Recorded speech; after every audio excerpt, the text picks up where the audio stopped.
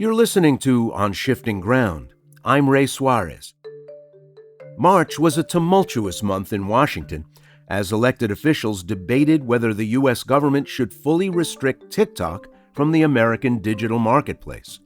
TikTok CEO Shouzi Chu was grilled in front of Congress. Has ByteDance spied on American citizens? And multiple acts were introduced, notably the Restrict and Data Acts, to outright ban the application. I don't think that spying is the right way to describe it. TikTok's detractors suggest that while you watch, the app may be watching you too, vacuuming up data from users' devices, which can then be handed on to the Chinese government. Half of American states have already banned the use of TikTok on government-owned devices, and the Biden administration has followed suit. Other countries have joined in that policy.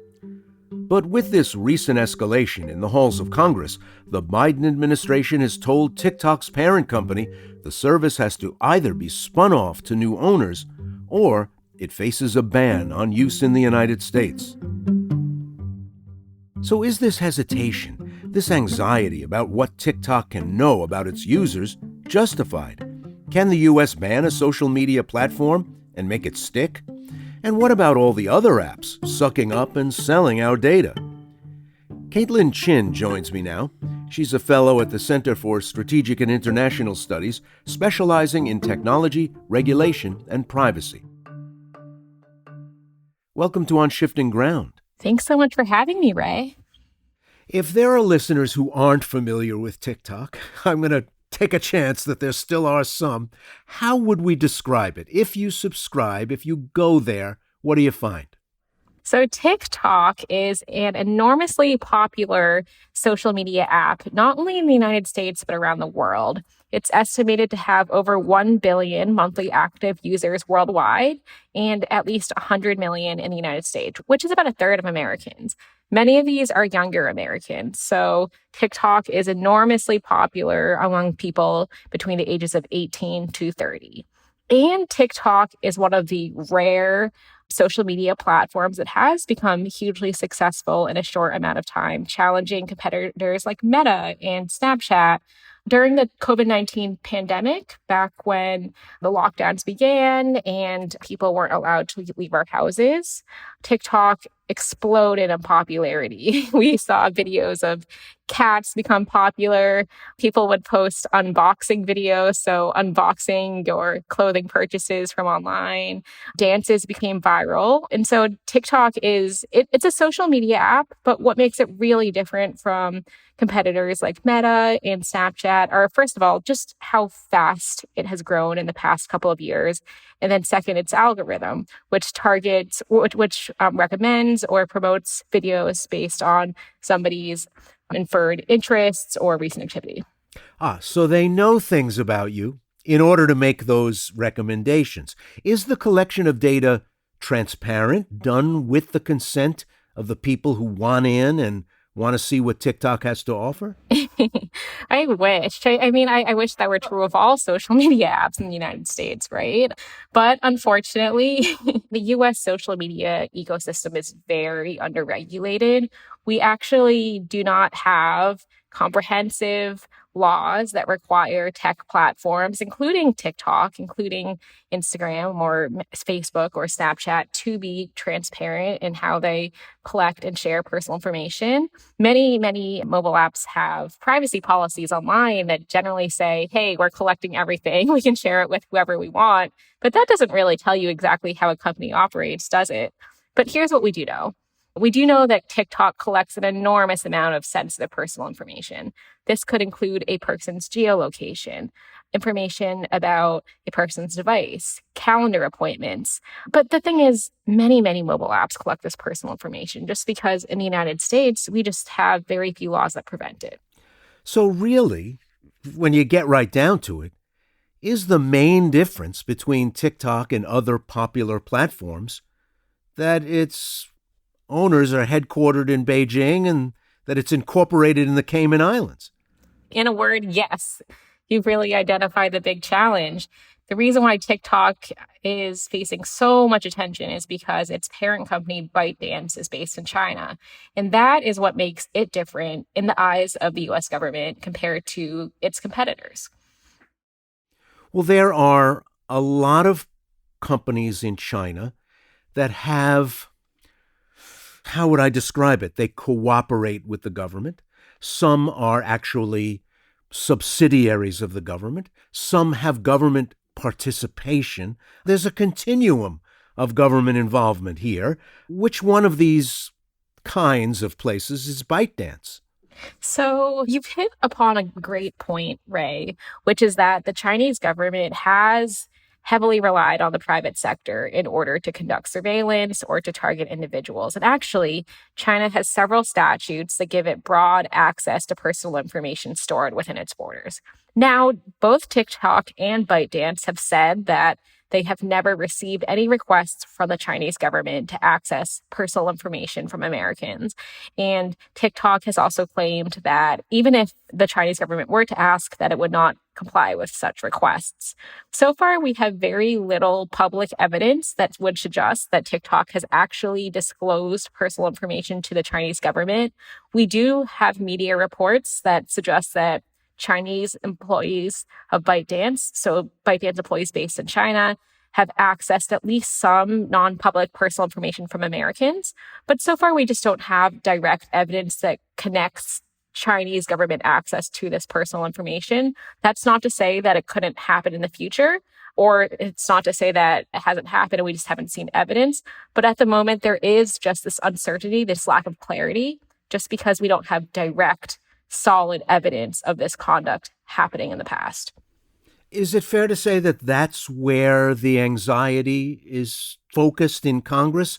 Not that they're already assuming that vast amounts of information are being passed on, but that if the Chinese government wanted it, it would be pretty easy to get it. Absolutely. I do think that the concerns are about the risks. So what could hypothetically happen in the future due to Chinese laws and also Chinese government access to other technology platforms besides TikTok, and less to do with what TikTok has historically done in the past. And to be clear, what we're talking about is not the way we arguably might be talking if we were talking about a Russian attempt to get information. They're not necessarily looking for credit card numbers and purchase information and that kind of thing as much as the kind of information that it would make it easier to launch influence campaigns, create media, and use the algorithms in ways that make the American public open to Chinese government communication. Is that a fair way of describing it? That is generally the concern. The concern is that if the Chinese government had access to Americans' personal information, it could use that information to target propaganda or target state-sponsored videos through TikTok, especially if, as some politicians fear, if China is actually able to compel ByteDance or somehow control or co-opt TikTok's algorithm. We haven't seen any evidence of the Chinese government yet controlling TikTok's algorithm. But yes, those are the fears that some politicians have raised.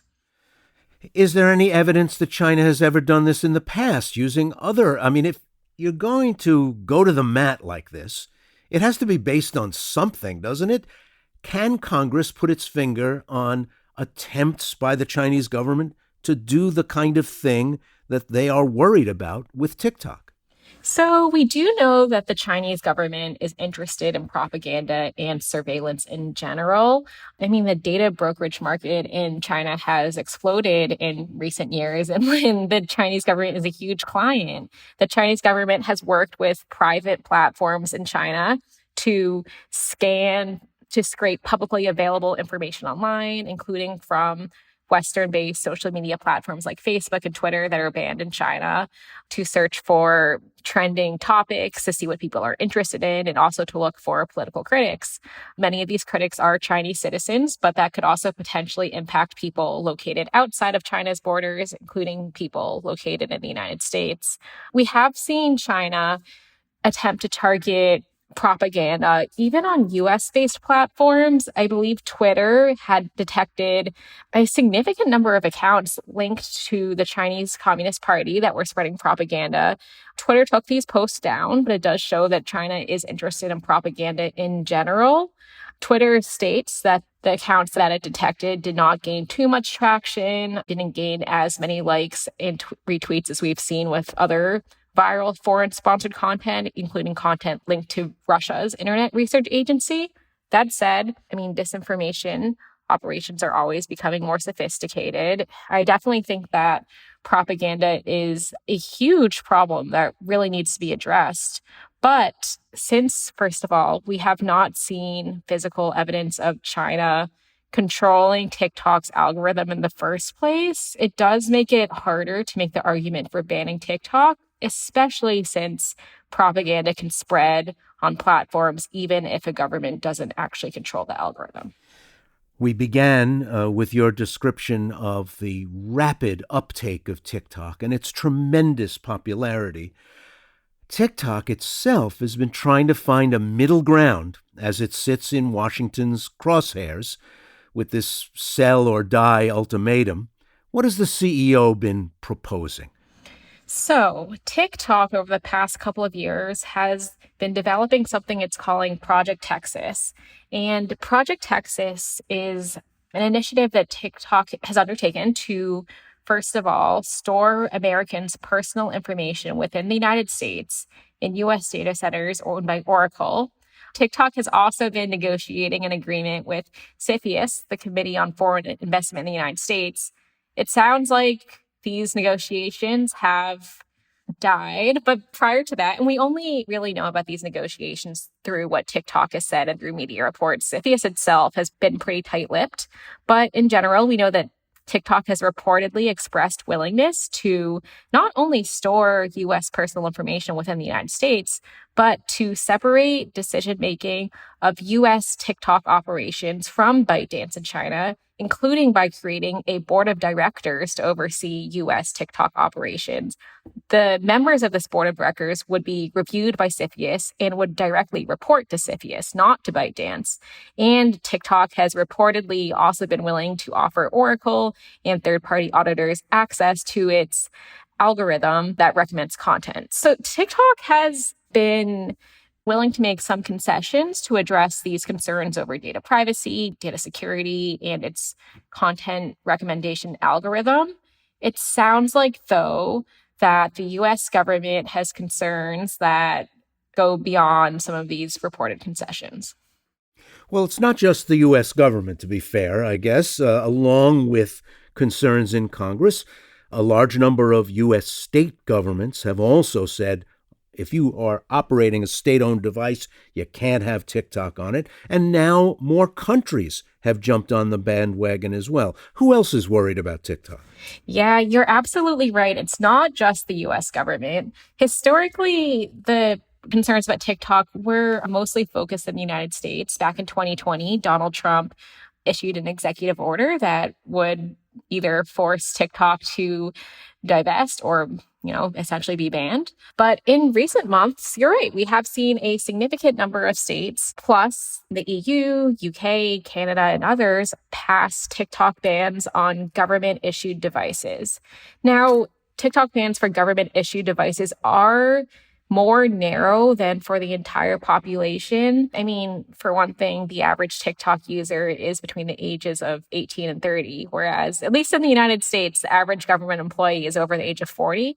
So a TikTok ban on government devices would actually affect very few people. And I'm sure most government employees don't use personal social media accounts on their work devices anyways. But I think there is something to be said for the fact that the average government employee probably handles more sensitive personal information than the average American who enjoys watching cat videos or makeup tutorials. So I do think that a ban on TikTok and government devices is a more narrowly tailored solution and also affects fewer people. The proposed either ban or divestment of TikTok across the entire population, that's a much bigger issue and one that would affect, millions of people. I want to get to that in just a moment, but before we lose the thread, from a technical point of view, does Project Texas have some promise? Is that a plausible technical fix to Congress's worries about TikTok? Or would a server or server farm located here in the United States, operated by Oracle, be just as vulnerable as all the other servers with these massive data breaches that make the newspapers every couple of days? It is true that the Chinese government has proven itself to be extremely proficient with hacking. So, I don't think any company can be 100% safe. I do think that Project Texas could address some, but not all, of the concerns that have been raised. What it would do is, since Project Texas aims to store Americans' personal information locally, it does make it harder for the Chinese government to access this information if it wants to. This information would not be under China's jurisdiction. It would not be within its borders. And assuming that Project Texas also limits employee access to this information, so essentially cutting off ByteDance employees in China from accessing this information, and assuming that there are strong accountability measures and strong oversight, I do think that it could address some of the concerns. That said, Project Texas could potentially raise other issues as well. I know many trade and data privacy experts out there have expressed concerns about broad trends towards data localization. China, India, and several other countries have taken moves to require companies to store data locally. And for the most part, U.S. companies have historically faced very few restrictions on transferring personal information abroad. The economy in 2023 has become increasingly globalized. More and more businesses are operating online. So if more and more companies, like not just TikTok, but potential future companies, are required to locally store data, the concern is that this could set a precedent that could end up cutting off the flow of cross-border data flows in the future and potentially risk fracturing the internet. Now, forced divestiture, that happens, but it doesn't happen very often. The breakup of AT&T, occasionally there are antitrust concerns when one business or another is going to control too much of the total marketplace in the United States for a good or service. Financial backers of ByteDance are like a global who's who of corporate finance. Kohlberg Kravitz, SoftBank, Sequoia, heavy names, heavy money. Is there a way out of TikTok's current predicament that makes these various warring sides happy? Or is the Congress, from how it looks today in late March, is Congress really only going to accept a divestiture? TikTok is in a pretty tough spot right now through Project Texas, through its CFIUS negotiations. It's reportedly been willing to make some pretty drastic changes, and still those negotiations did not pan out. According to TikTok, at least, we haven't heard from the Biden administration, but according to TikTok, it's been given two options: either divest or face a ban. And I do think that a divestiture is not going to be an easy process. First of all, TikTok is going to have to find a buyer. And TikTok has grown significantly from 2020, the last time that Donald Trump attempted to force either a divestiture or a ban. So any company or wealthy billionaire that wishes to buy ByteDance's share in TikTok is going to be, first of all, have to be wealthy enough, have enough resources to purchase a very large, successful company. But at the same time, if TikTok is purchased or if a direct competitor expresses interest in purchasing TikTok, that could raise antitrust concerns as well, especially since social media is one of the most concentrated markets out there. TikTok's rise to challenge Meta, which is pretty dominant in the market, is very unusual for a company. Second, any buyer is going to have an extremely high risk tolerance because there's a good chance that this deal is not going through, especially since we don't know whether China will allow TikTok's algorithm to be sold. China has export control laws over the sale of technology and algorithms. So even if TikTok finds a buyer, the next steps are not going to be easy. And I think same goes with the ban. If TikTok cannot find a buyer and if Project Texas doesn't work out, I mean, any ban is going to face legal challenges. It's not clear to me whether the Biden administration would be able to make the case for a ban in court, but we'll see. It's very hard to predict how this will all shake out. I tell you, it is, from where I'm sitting, not a particularly good look for the U.S. government to be positing these potential misdeeds, given the terrible state of online privacy already. They're singling out TikTok for a widely committed sin, it seems to me. Can Congress really go to war with one provider over a vulnerability that's vastly the case already all over social media? And that's one of the biggest criticisms, right? With why single out TikTok when we know that many companies in the United States are collecting similar types and scopes of personal information and face very few restrictions on transferring it abroad. I'm getting deja vu to when Mark Zuckerberg testified before Congress back in 2018 after the Cambridge Analytica scandal broke. And at the time, there was so much interest in federal privacy legislation to stop companies like Facebook from sharing personal information with future Cambridge Analyticas. And fast forward 5 years, we still have not passed comprehensive federal privacy legislation in the United States. Our privacy laws are so outdated, and that makes other countries distrust the United States as well. In the European Union, the Court of Justice of the European Union actually struck down the Safe Harbor and the Privacy Shield frameworks, which essentially, in a nutshell, the EU is concerned over U.S. government surveillance too. And that could put cross-border data flows between the EU and the United States at risk. So yes, to your question, I do think that it is hard to make the case that TikTok should be banned when U.S. companies are operating in this virtually very underregulated territory themselves. Well, as incongruent as the case may be for the United States Congress, is it a not particularly good fit for China either? If you're in China, as I was last year, living there and working there, if you try to look at your Facebook feed or post something to Twitter or watch a video on YouTube or check something on Wikipedia, you can't. China has tried to seal off its people from the global influence of social media. Why doesn't that keep them from making too much noise about TikTok? Yeah, it's not a good look for China either. China is known around the world for its surveillance practices, for its censorship practices, and many American companies have raised the fact that China has banned Facebook and Google and so many other American companies. So why shouldn't the United States be able to ban TikTok? I think, though, that just because China has done the wrong thing, just because China has censored American companies and prevented the free flow of speech, it does not mean that the United States should do the same. I do think it makes it harder for the United States to criticize China for its Great Firewall, to criticize China for censorship, when the United States is taking actions against TikTok with very, I would say, also non-public rationale. The U.S. government has not really publicly revealed, okay, what exactly are the risks? And I do think that yes, the TikTok situation is making China look bad, but it's not making the United States look great either.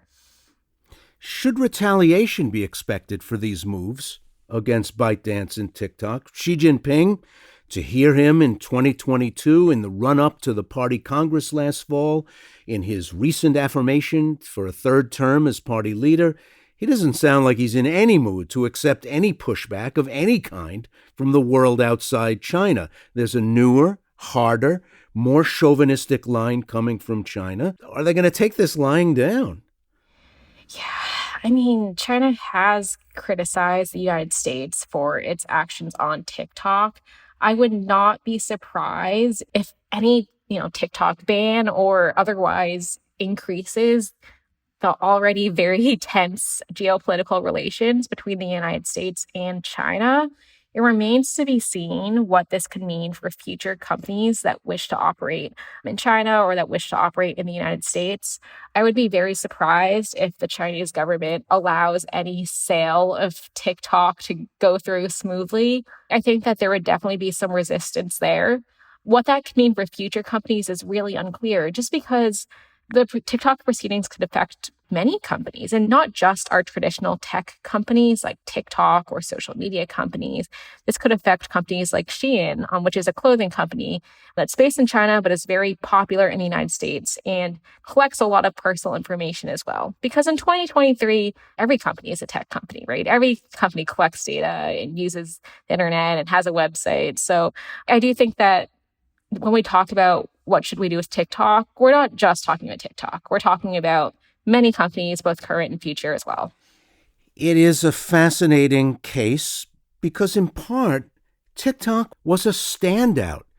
China, as a country that's home to 1 out of every 6 people on the planet, it was a standout exception because China was not much of an exporter of pop culture, not a successful soft power exporter. And here was an exception in TikTok, a Chinese-based company that was popular the world over, and it looks like that status is in serious trouble. Absolutely. And you're right. TikTok is an outlier. It is an exception. We haven't seen very many mobile apps go viral in the same way that TikTok has in general. And we have a non-US company, a Chinese company, becoming immensely popular in the United States. I do wonder if TikTok's viral popularity is one of the reasons why it is such a huge target for the United States, and not just because of its level of data collection. I also mean because banning TikTok or forcing TikTok to divest does send a huge message. It sends a message that U.S. politicians are tough on China. I mean, at the end of the day, the conversations around TikTok really go beyond just TikTok. They're about the Chinese Communist Party. So China's the real target here, you're suggesting? I believe so. Caitlin Chin is a fellow at the Center for Strategic and International Studies.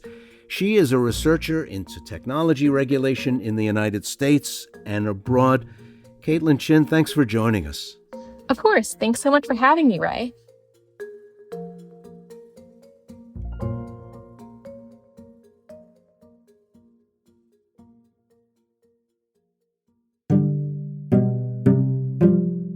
You've been listening to On Shifting Ground, produced in partnership with KQED, with funding from listeners like you. Today's episode was produced by Elise Manukian, Matteo Schimpf, and Andrew Stelzer.